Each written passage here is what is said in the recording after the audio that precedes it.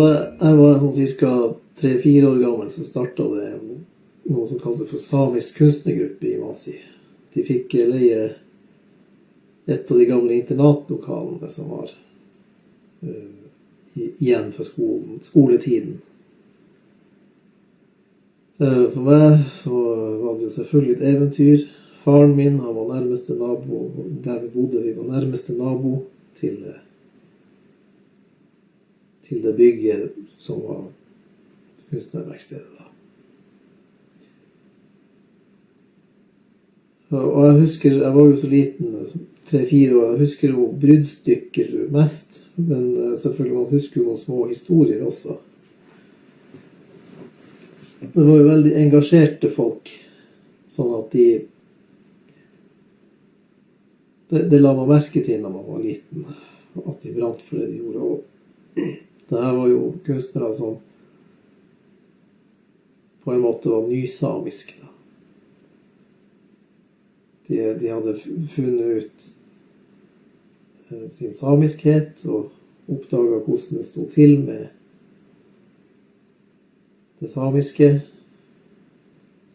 Og de hadde jo også funnet sammen, så de var jo veldig sterke i seg selv. Men jeg følte jo egentlig stort sett bare med faren min, som var, og som sagt, nærmeste nabo, så jeg pleide å bli med han opp dit, og så har jeg hørt for eksempel i ettertid at jeg pleide å mase om kakao. Og det er jo litt søtt og sånt.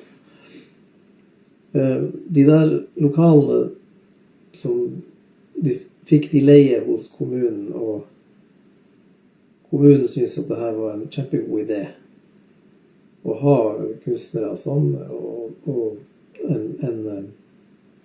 de var ganske tungt utdannet også. De hadde jo vært på diverse kunstutdanning. Og de fikk søkt om midler, var det Distriktenes utviklingsfond eller noe sånt det het, og da fikk de jo trykkemaskiner og litografisteiner og lagde syrebad og alt mulig der, og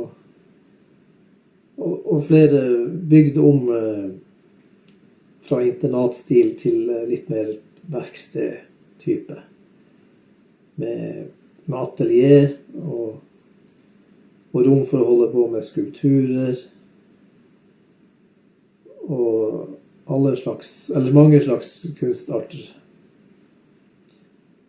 Faren min, han var jo billedkunstner, det vil si at han holdt på med mye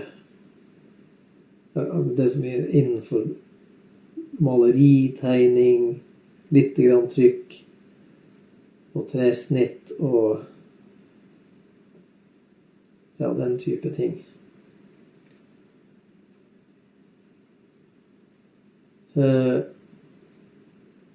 Det her var jo også under Alta-saken, det som var demonstrasjoner mot det som skulle bli demninger der. Og det husker jeg også budstykker. Jeg hadde så veldig lyst til å være med, men jeg var jo bare rundt 5 år den gang, så det var jo selvfølgelig ikke en del av deres planer. Men mine eldste brødre og min far for, og ja, de fikk jo bøter de også.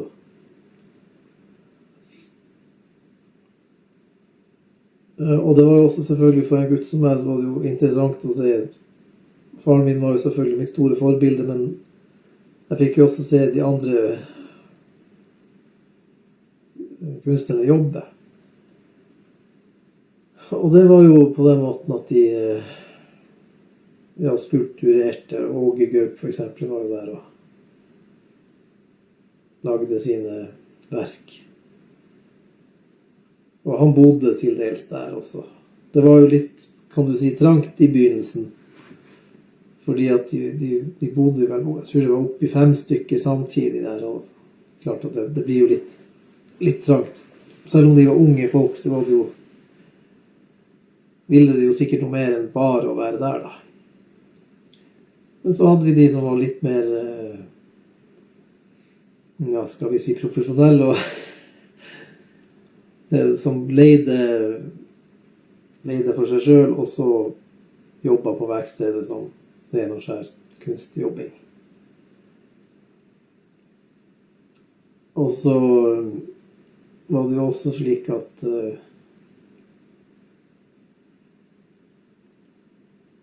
de etter hvert kjøpte seg, eller ikke etter hvert, de kjøpte seg ganske fort en buss som de kunne pakke ned utstillingene sine og reise rundt. En sånn high-ace. Og den gang var det lov å sitte bak i bagasjerommet, kan du si, så egentlig kunne hele gjengen være med sammen med all kunsten sin. Og de fikk til og med en henger, og den der high-acen hadde tak i, så de kunne ta med seg ganske mye på en gang. Og det er jo også noe som jeg husker at faren min og dem for på utstillinger. Og for eksempel, en av de få utstillingene jeg fikk være med på å sette opp, det var på Øytun Folkehøgskole. For det var jo så nært at liksom, da kunne jeg være der, vi kunne bo der og sånt, det var praktisk for en ganske liten gutt. Og da, det husker jeg selv den dag i dag, at de var veldig nøye med å sette opp. De brukte de midlene de hadde riktig nok, men så satte de opp sånn at det skulle ta seg godt ut og gi de rette inntrykkene, og lyset skulle falle riktig. Og det er sånne der estetiske ting som man tar med seg den dag i dag. Så man merker jo at man blir fascinert av det.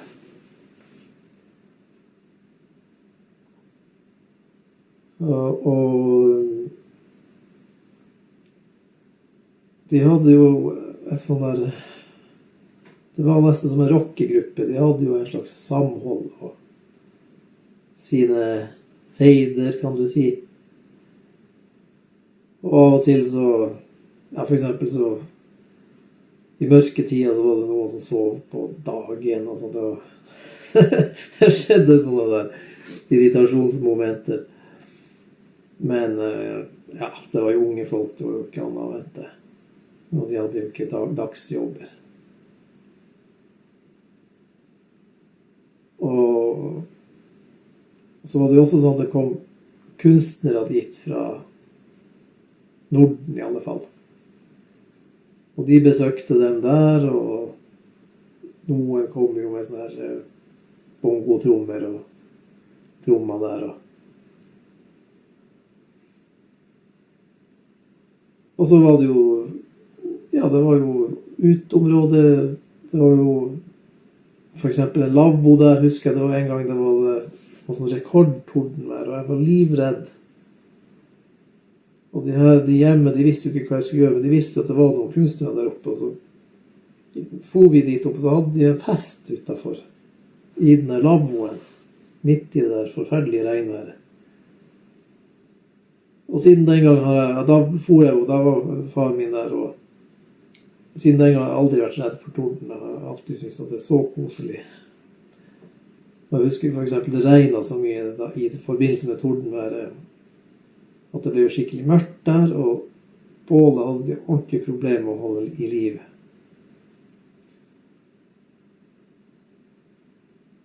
Ja, og så fikk jeg jo, ja, spesielt selvfølgelig av far min, lov til å utøve litt kunst selv. Det var jo også kjempeartig. Altså det skulle alle unger fått lov å prøve. Så han spente opp lerret til meg, og jeg fikk male og tegne så mye jeg bare orket. Og han syntes alltid det var artig når jeg kom dit, mens han holdt på. Ja, det var noe selskap. Og han pleide å høre på klassisk musikk og Bob Dylan og litt forskjellig med kassettspiller.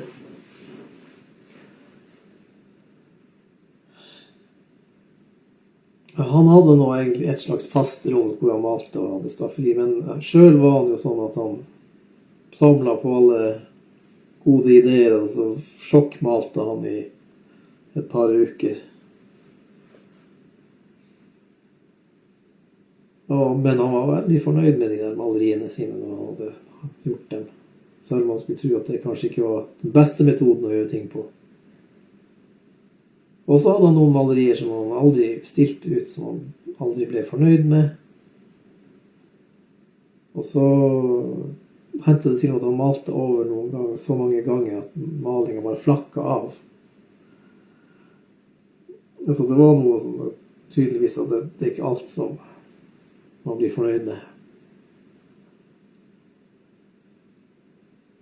Og så var det vel slik at det ble jo ingen økonomi, altså det ble dårlig økonomi for de fleste, så det måtte rett og slett finne seg noe å gjøre etter hvert. Man skal jo ha vilje og stål for å bli en kunstner, for at det er ikke sagt at man tjener penger. Og man må gjerne ta seg masse andre små. Det er nesten som å være en evig student. Med mindre man har fått på seg flaks, men altså at man har uttrykker, og det man uttrykker blir likt blant folk, så det skal noe til for å bli en ordentlig etablert kunstner, da. Så det der livet, når jeg vokste opp, så tenkte jeg at det vil jeg ikke bli. Jeg vil ikke bli kunstner. Selv om jeg likte og elsket å male og tegne og sånt. Og jeg sysler litt med det enda, men jeg vet ikke hvorfor jeg gjør det engang. Det er bare sånn at jeg plutselig får lyst til å artig å gi som gaver, faktisk. For det er noe veldig... For meg jeg har vanskelig for å gi bort maleriene mine. For de er så spesielle. Jeg er veldig glad i å gi dem bort. Men de er fortsatt litt spesielle for meg alle sammen. Så det hender at jeg tar frem maleriene, bilder av maleriene, og så tenker jeg på hva... Tenker jeg gjerne på den personen jeg ga det til, og også på hvordan situasjonen jeg selv var i. Og det er jo også kanskje litt sånn en type kjennetegn for kunstnere, da, at de har gjerne noe som skal ut. Og når jeg tegnet mye, så da hadde jeg det vanskelig på skolen. Det var ikke noe bra situasjon. Det var da jeg var i min mest kreative fase.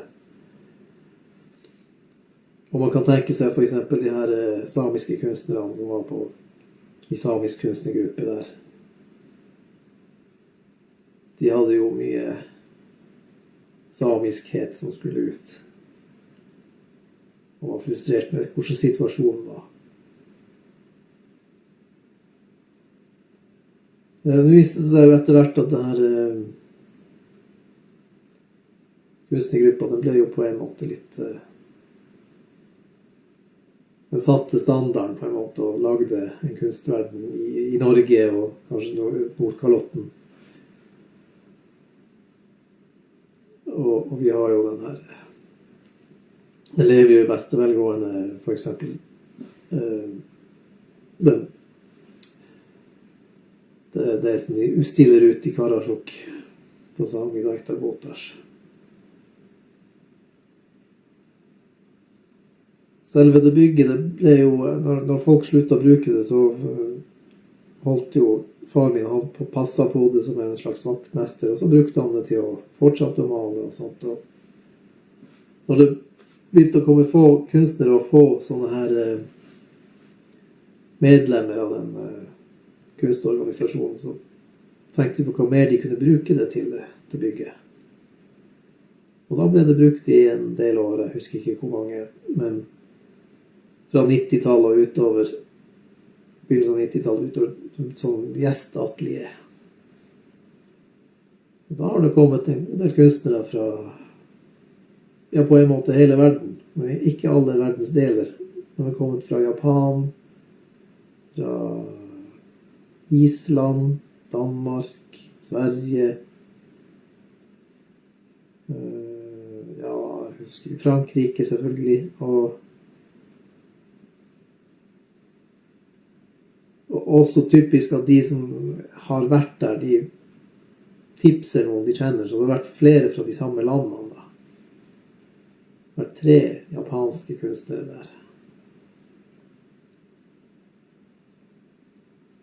Og jeg kan jo ikke fatte hvordan det skal være for en som var en av de svenskene og bodd masse år i New York. Og han fortalte at han syntes det var så rart å komme til Finnmarksvidda. For han hadde jo bodd i skyggenes dal, for i New York så det bare skygger. Og så kom han til Finnmarksvidda hvor det var bare åpent og rent og ingen trafikk. Og akkurat det der har jo vært veldig artig for oss som har bodd i nærheten av en kunstverksted, at vi har kunnet ta de her gjestekunstnerne rundt omkring og vise dem det vi er glad i og stolte av. Og også gi dem et inntrykk av hvordan livet her er. Så den gleden har jo vært veldig stor, i hvert fall for oss som har hatt kontakt med dem de kunstnerne. De har nok ikke egentlig gjort så mye av seg i selve Masi sånn sett at de har hatt et veldig stort bidrag, men for oss som har vært i kontakt med dem har de vært veldig verdifulle. Og noen av oss har jo besøkt dem hjemme hos seg, og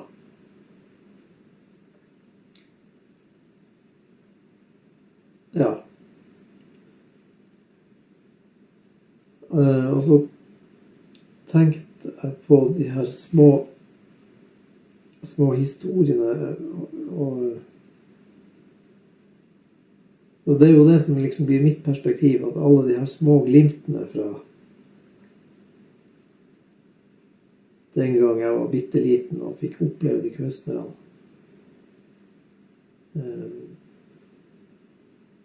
Det er jo antageligvis, og i hvert fall for den gang på 80-tallet, når det ikke vantes datamaskin og internett, så må jo det har vært veldig mye inntrykk, spennende inntrykk og mye inntrykk, selv i bittelille Masi.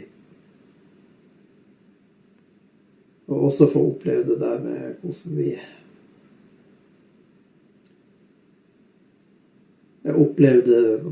man medopplevde jo på en måte den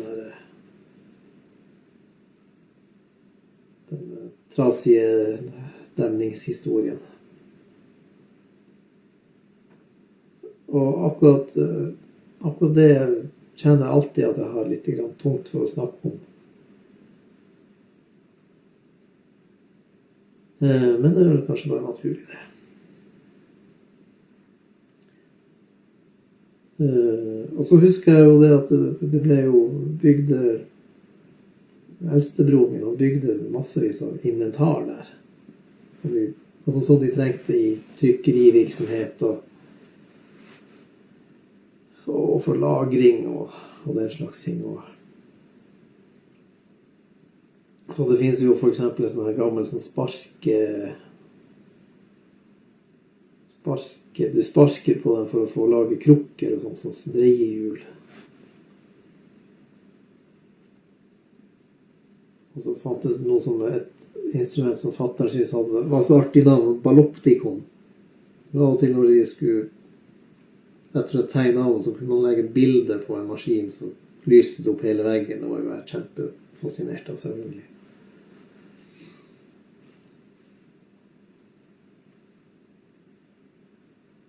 Og ja, det kom jo damer også, damekunstnere dit, og de var jo veldig populære i bygda. Jeg skjønte jo ikke da jeg var liten hvor populære de var, men det var jo sånn at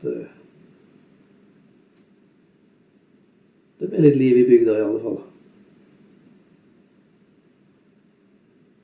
Og noen kunstnere, de passet jo rett og slett ikke inn der. Og det var ikke blant samisk kunstnergruppe, men det var sånne som kom og hadde hørt om det og alt sånt. Men de var bare så, rett og slett utilpasset at det ble ikke noe. De ble veldig ofte bare å dra ganske fort. Og det kan man jo forstå, for det er jo ganske forskjellig å komme til Oslo og så komme hit. Og kanskje ikke få noen venner, og ja, så skal man liksom forestille å være månedsvis der. Nei, det høres jo ikke bra ut.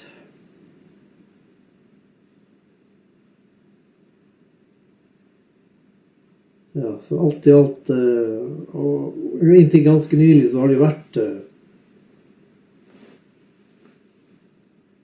gjesteatelier, brukt som gjesteatelier. Det har ikke vært offisielt, men siden det har vært åpent der, og faren min holdt på med det der, så kom det noen gjestekunstnere likevel. Og det var jo også sånn med det her opplegget at kommunen, de ga dem evig gratis leie. Så mye verdsatte de her kunstnerne. Så den her Sami Daita Gotas, eller den organisasjonen deres, den hadde rett og slett gratis leie. Så lenge de ville. Og det synes jeg var veldig stort av kommunen. Å være så raus.